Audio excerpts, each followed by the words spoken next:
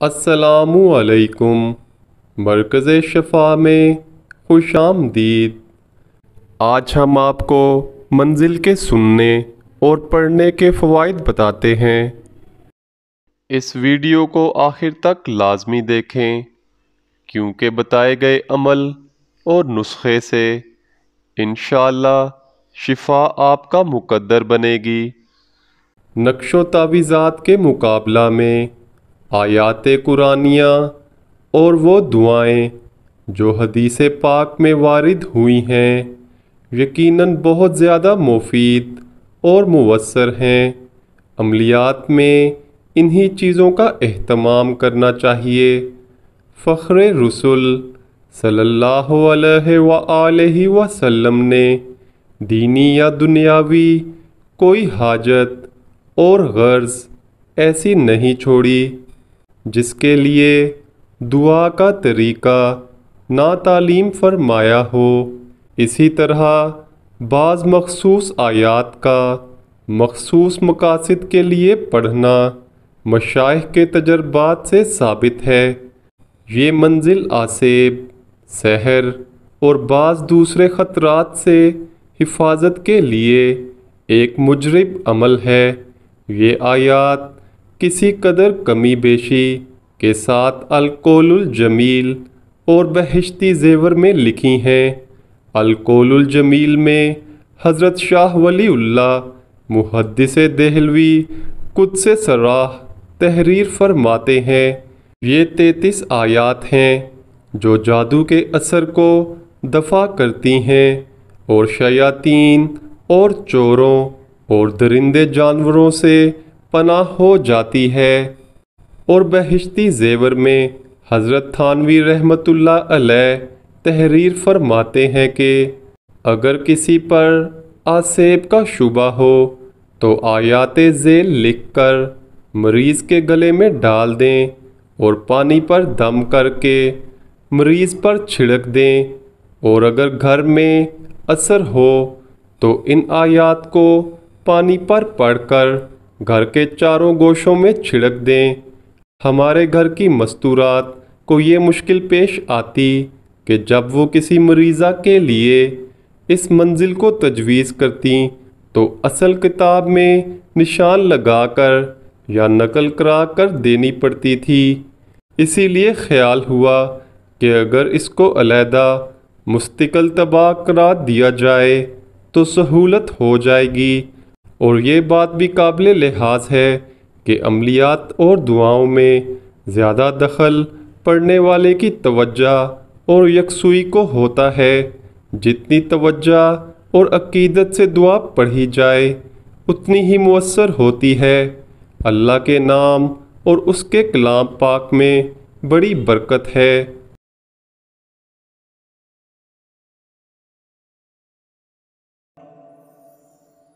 بسم اللہ الرحمن الرحیم، الحمد للہ رب العالمین، الرحمن الرحیم، مالک یوم الدین، ایاک نعبد و ایاک نستعین، اہدنا الصراط المستقیم، صراط الذین انعمت علیہم غیر المغضوب علیہم ولا الضالین۔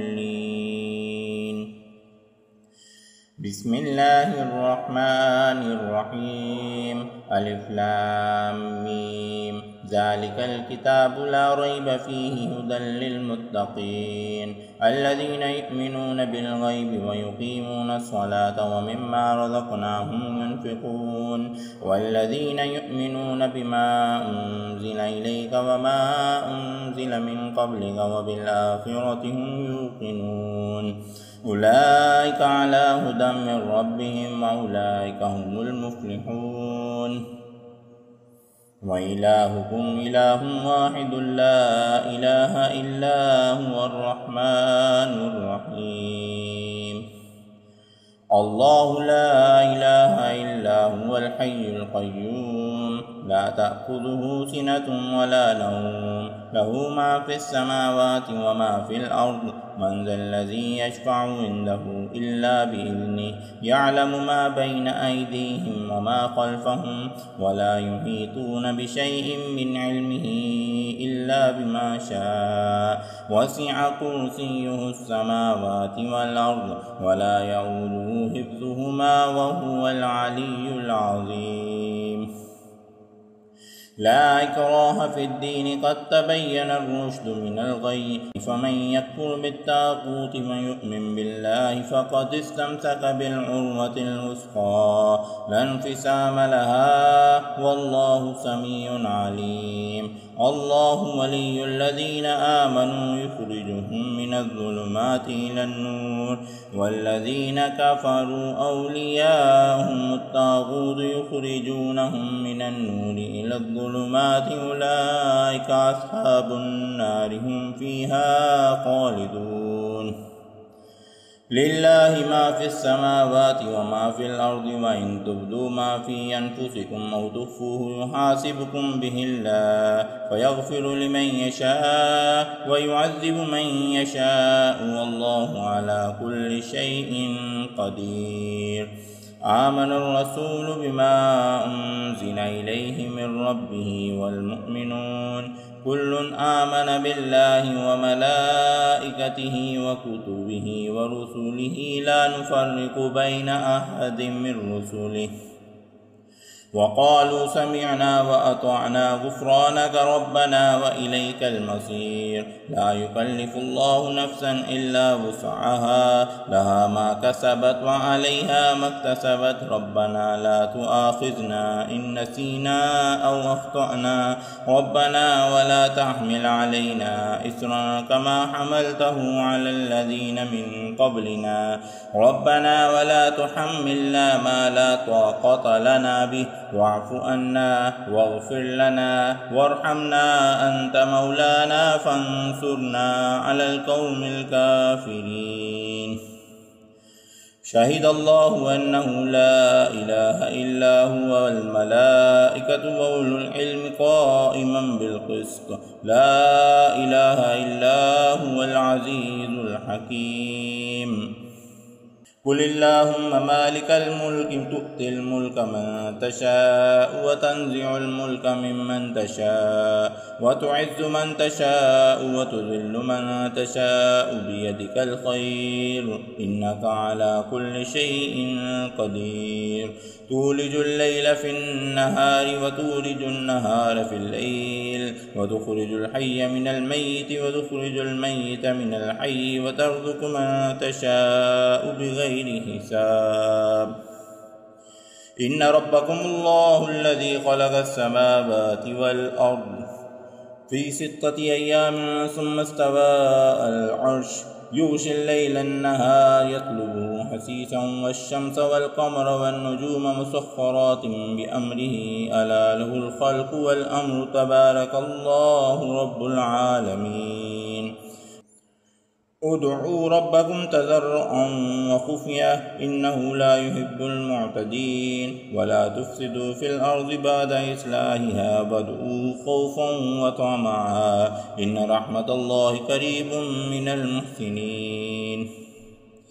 قل ادعوا الله بدعوا الرحمن أيما تدعوا فله الأسماء الحسنى ولا تجهر بصلاتك ولا تخافت بها واتبع بين ذلك سبيلا وقل الحمد لله الذي لم يتخذ ولدا ولم يكن له شريك في الملك ولم يكن له ولي من الذل وكبره تكبيرا.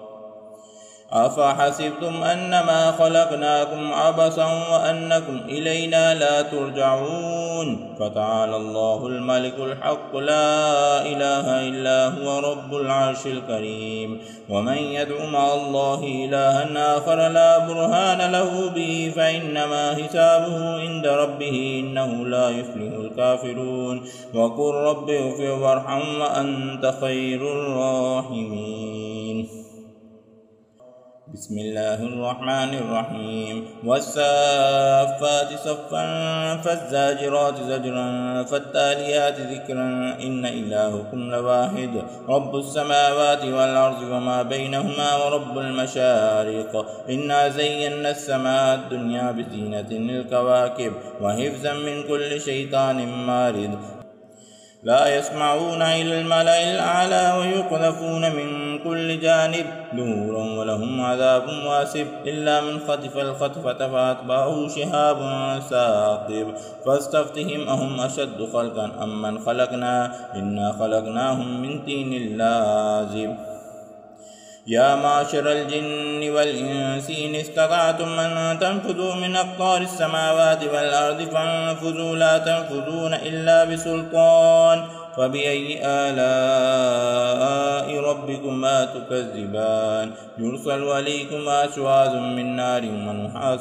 فلا تنتصران فبأي آلاء ربكما تكذبان فإذا انشقت السماء فكانت مردة كالدهان فبأي آلاء ربكما تكذبان فيومئذ لا يسأل عن ذنبه إنس ولا جان فبأي آلاء ربكما تكذبان لو أنزلنا هذا القرآن على جبل لرأيته خاشعا متصدعا من خشية الله وتلك الأمثال نضربها للناس لعلهم يتفكرون هو الله الذي لا إله إلا هو عالم الغيب والشهادة هو الرحمن الرحيم هو الله الذي لا إله إلا هو الملك القدوس السلام المؤمن المهيمن العزيز الجبار المتكبر سبحان الله عما يشركون هو الله الخالق البارئ المصور له الأسماء الحسنى يسبح له ما في السماوات والأرض وهو العزيز الحكيم بسم الله الرحمن الرحيم قل أوحي إلي أنه استمع نفر من الجن فقالوا إنا سمعنا قرآنا عجبا يهدي إلى الرشد فآمنا به ولن نشرك بربنا أحدا وأنه تعالى جد ربنا ما اتخذ صاحبة ولا ولدا وأنه كان يقول سفيهنا على الله الشططا بسم الله الرحمن الرحيم قل يا أيها الكافرون لا أعبد ما تعبدون ولا أنتم عابدون ما أعبد ولا أنا عابد ما عبدتم ولا أنتم عابدون ما أعبد لكم دينكم ولي دين بسم الله الرحمن الرحيم قل هو الله أحد الله الصمد لم يلد ولم يولد ولم يكن له كفوا أحد بسم الله الرحمن الرحيم قل أعوذ برب الفلق من شر ما خلق ومن شر غاسق إذا وقب ومن شر النفاثات في العقد ومن شر حاسد إذا حسد بسم الله الرحمن الرحيم قل أعوذ برب الناس ملك الناس إله الناس من شر الوسواس الخناس الذي يوسوس في صدور الناس من الجنة والناس صدق الله العظيم. नाज़रीन, उम्मीद है कि आज का प्रोग्राम आपके लिए काफ़ी मुफीद साबित होगा। बराए मेहरबानी इसे दूसरे लोगों तक भी पहुँचाएँ। मैं इजाज़त चाहता हूँ। अल्लाह हाफिज़।